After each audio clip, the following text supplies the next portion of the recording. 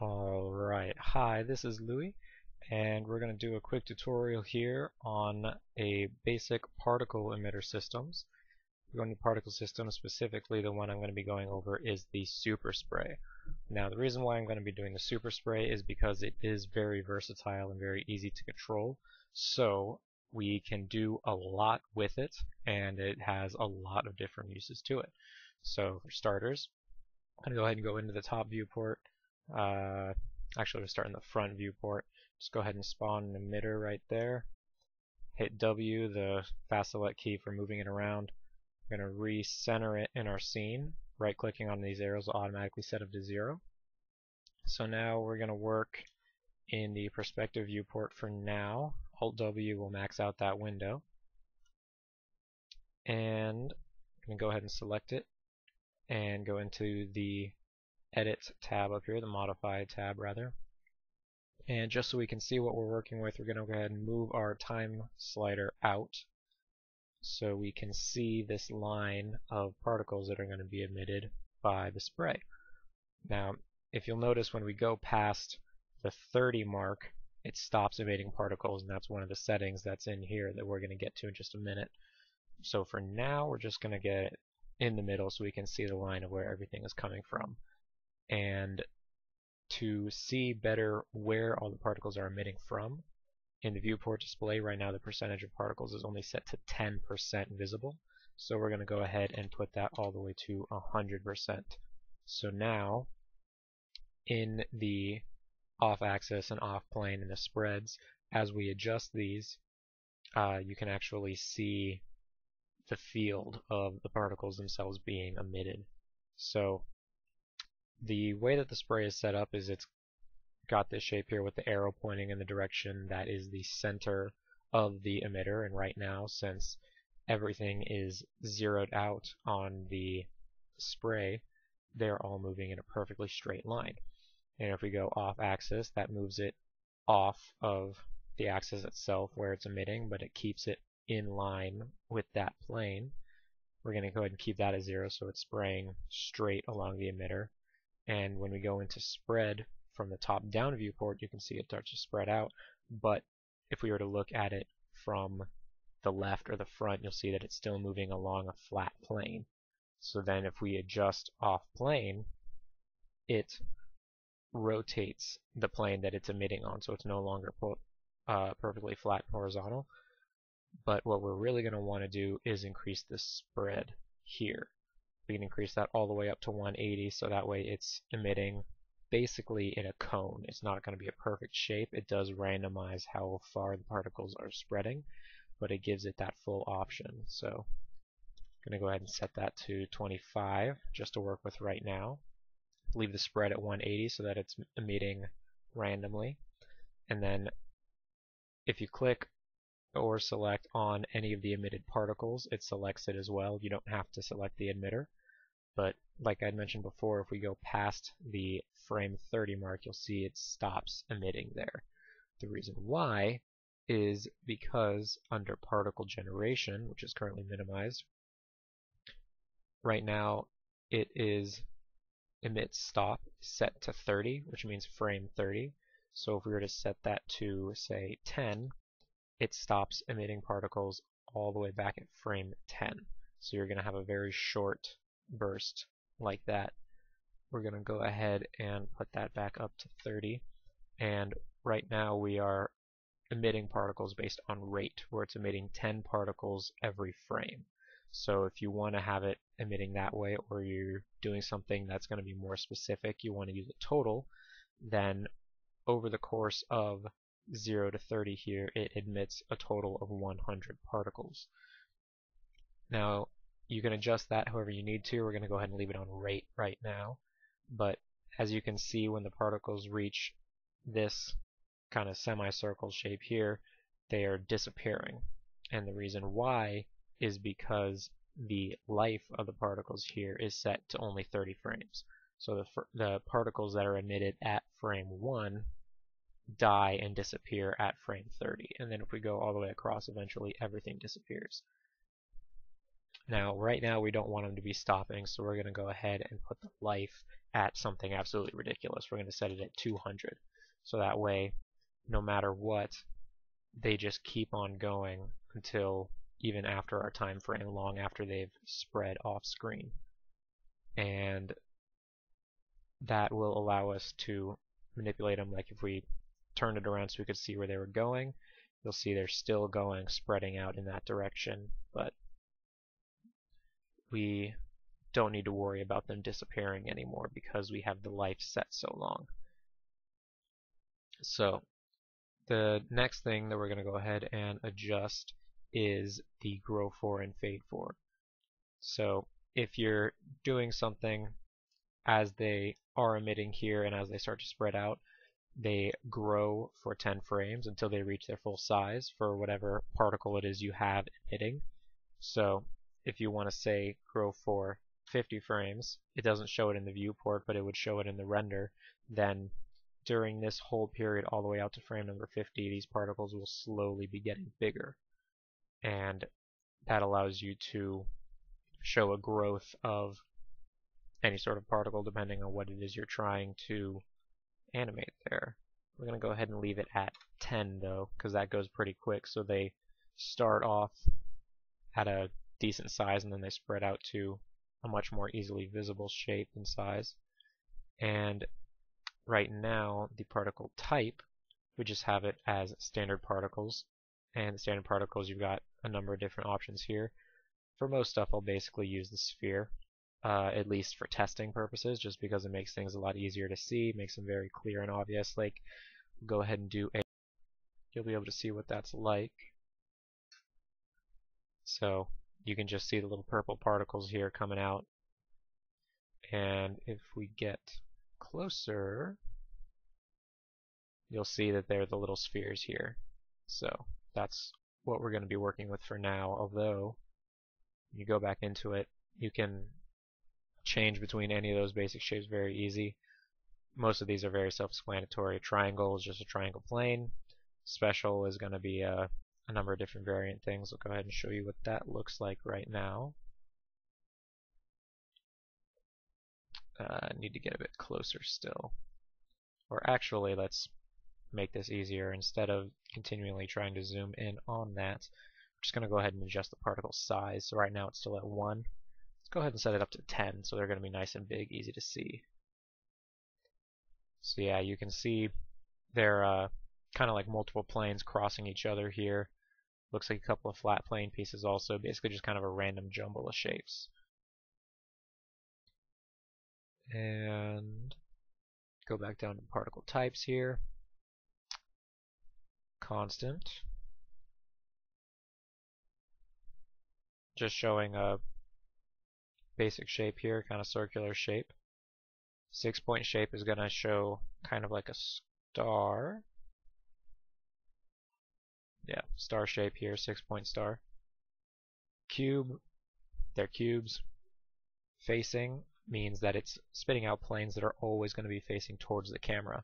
So as you can see right now from this, kind of catty corner position, they're all squares facing the camera. If we go ahead and rotate this so we're looking straight into the emitter field, it's going to be squares facing towards the camera. So if you're doing like a smoke effect or something like that, then you can make it a facing render, make it a gray color, semi-transparent, put a picture on the plane, however it is that you want to do it, to make it look like it's randomized wisps of smoke. Tetra here is putting it into sort of like a elongated pyramid shape, and then, like I was using before, just the basic sphere. So spheres are pretty much the easiest ones for me when I'm working on still figuring out how I'm getting everything set up. That's what I like to do. The other options, we can do meta particles, which creates a much more unique experience here as it's trying to render it out, where they're sphere-ish, but as we adjust this, we'll go ahead and put the variation up to 50% on that. Then you can see that these particles are warping and squishing and elongating, so it's a really randomized kind of globule shape. And then the last option that we can use for the particle type is instant geometry. So for an example, if you're making like a cartoon or something, we want to do a standard primitive. Let's go ahead and do a cylinder right now. We're just going to go ahead and make a random cylinder. Go back into our particle systems, and particle type is instance geometry. So we're going to go ahead and pick object. We'll pick that cylinder. And then when we zoom in and render, it's spitting them out very, very large right now though. So we're going to go ahead and adjust this size back down to 1 because it's copying this sized cylinder. So it's probably still going to be a bit crazy. Yeah, you can see here it's spitting out tons of cylinders, and like I had mentioned before with the grow for setting over here,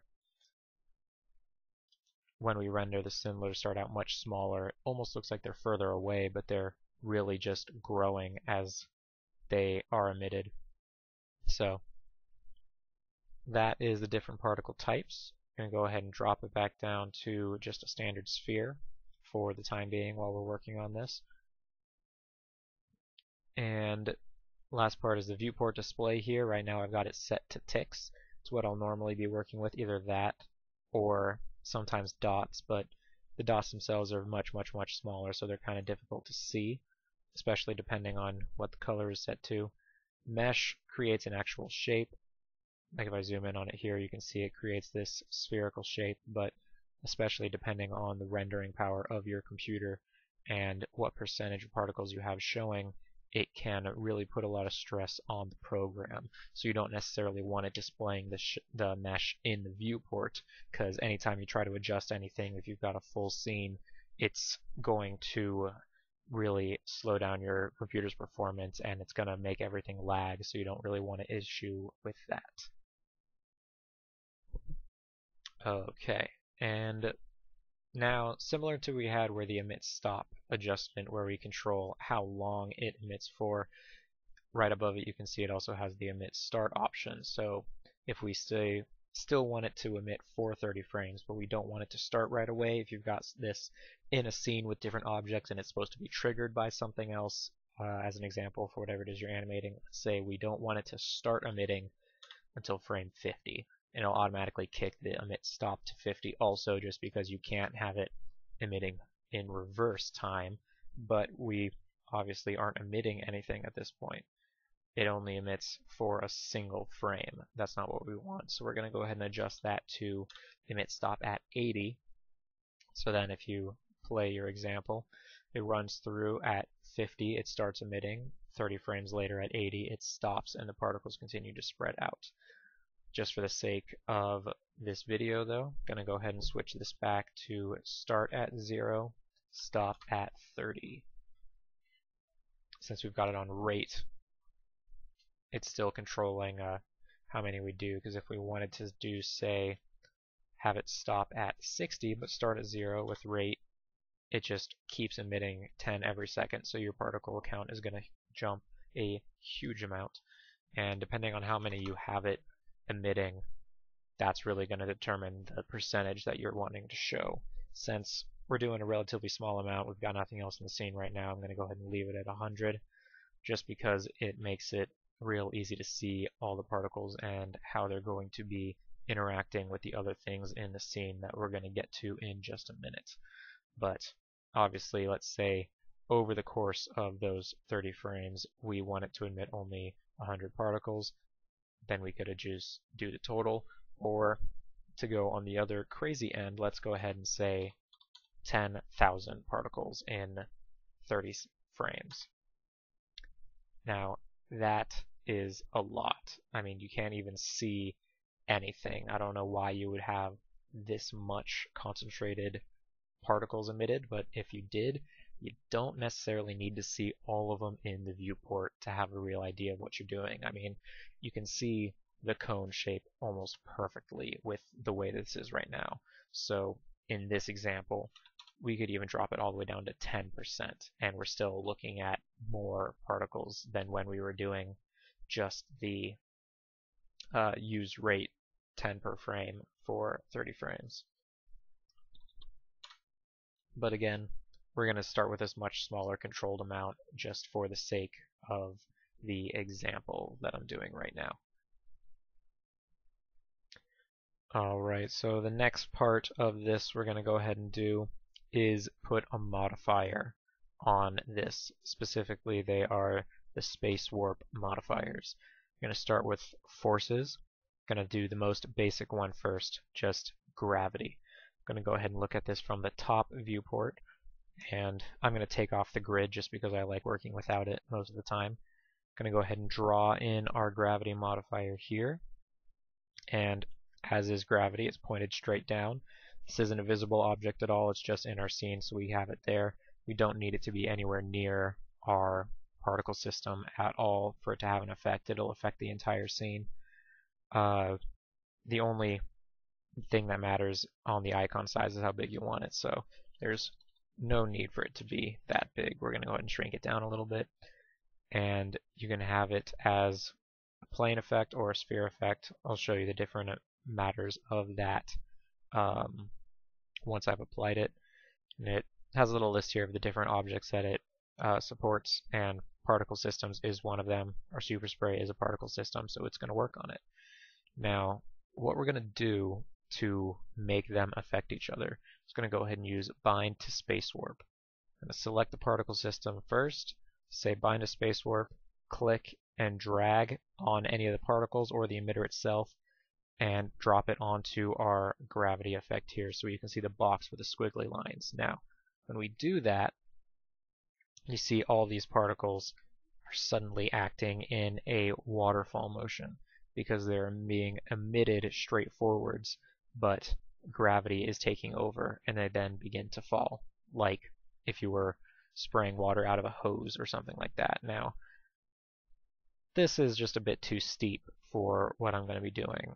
So on the strength here, we're going to go ahead and set it to half. And what's really nice is that all of these are real time in the viewport. So as you make changes, you can see the different changes that you're making. Still a bit steeper than I want. Let's go ahead and drop it all the way down to 0.1. Yeah, not quite enough. We'll do 0.2. And decay, you'll actually be able to adjust from the emitter if you are working on something where it's going to be areas of differing gravity or windage or something like that. You could use this to affect the particles.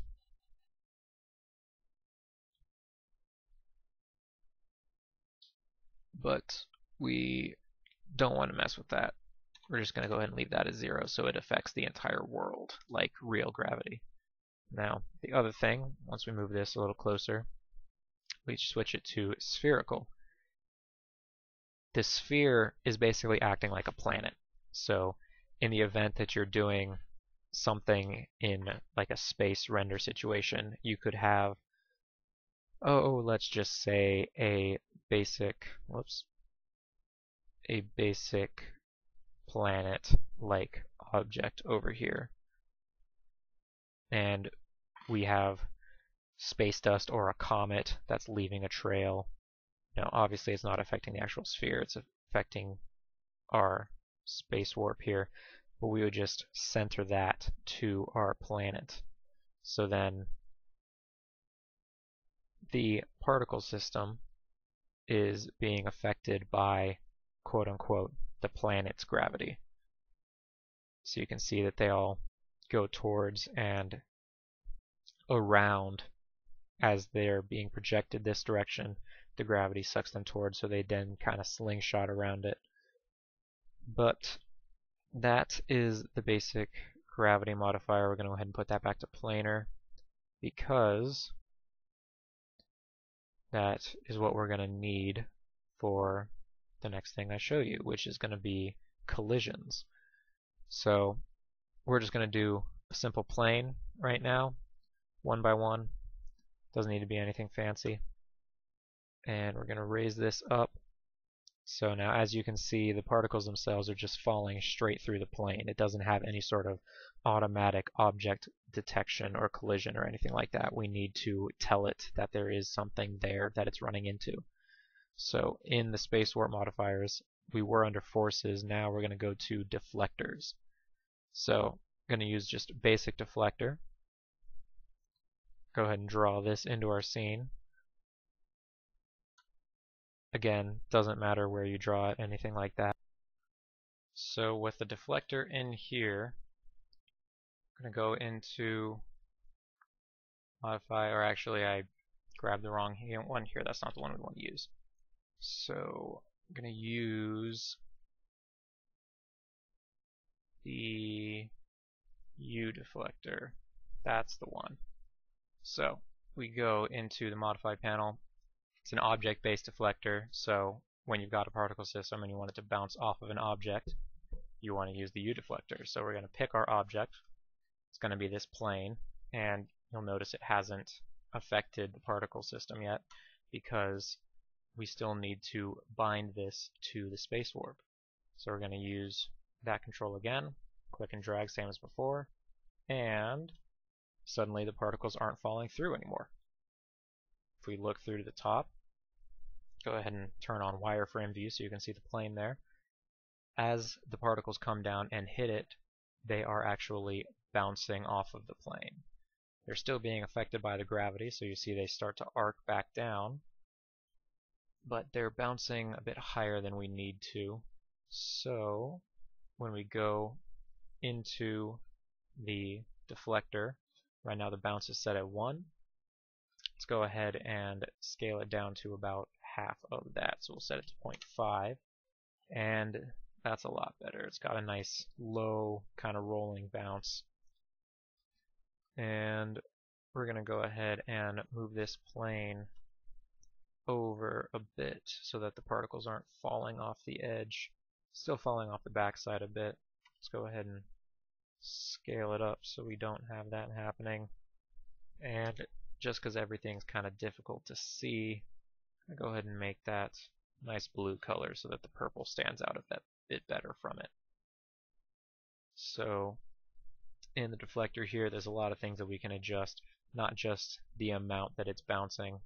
Just to give you a better show of this, we're actually going to go ahead and set this back to something like 0.75. It's got a bit bigger of a bounce. But we can adjust the variation. So say there's a 50% variation in the amount of bounce. Some of the particles only bounce a little bit, while some of them bounce all the way up. Set that back to 0. And then we can crank up the chaos of the deflector, which, as the particles hit it, they react a bit more randomly. They don't necessarily all continue moving in the exact direction that they were before. The friction is just like friction in the real world. If you crank up the friction, then as the particles hit, as opposed to sliding it all on it, if we wanted to say turn the bounce off, they won't just slide across it at the same speed, or the friction's at percentage, so right now it's only at 1%. Go ahead and crank it up to 50%. You'll notice that as the particles hit, they slow way down to where they were before. Go ahead and turn that bounce back on, see if that's not a better visual example. So yeah, as the particles come in, they bounce up, but they aren't moving as far outwards as they were before. And inherent velocity here, if we want to take that down, after things hit, they adjusts the velocity of the particles based on the incoming velocity. So go ahead and put that back to 0.5. Nice low bounce. Go ahead and turn that friction. Actually, let's adjust the variation, make that a little more fun. Set that at 0.5 as well. So sorry, set it to 50%.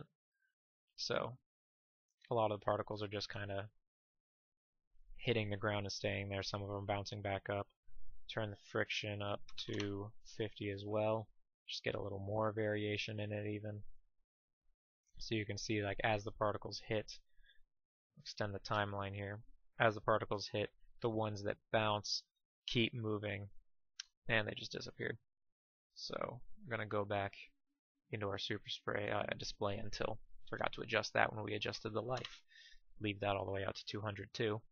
As the particles hit, the ones that bounce up are still moving at a faster speed compared to the ones that just hit and stop. So that allows a lot of variation you can have with particles running into different objects.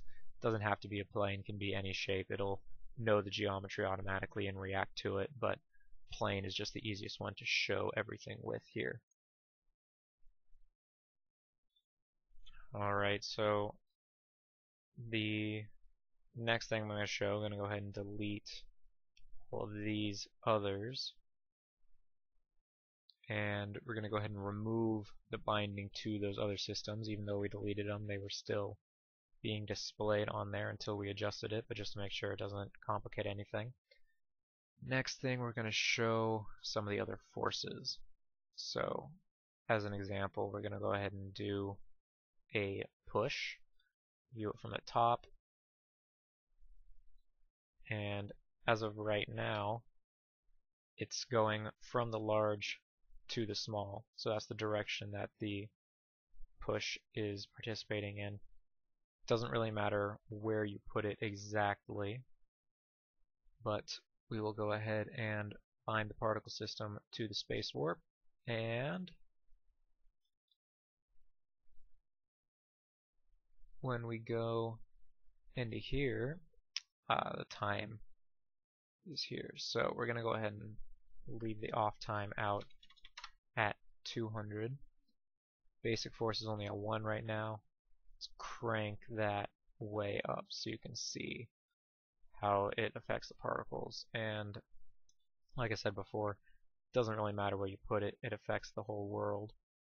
So even though it's not directly underneath it, it'll still be pushing the particles up, unless we can adjust the variation, sort of like with the deflector. So it'll adjust how much the push is on the particles, and we can adjust the range of the emitter here. So if we move it outside of the range away from the particles, obviously it's not affecting it, and as we move it back into range, you can see how much the particles are being affected. So let's say we want them to be going straight, and then they move into the field where they're getting affected. And we'll crank that force way up to see it a bit better.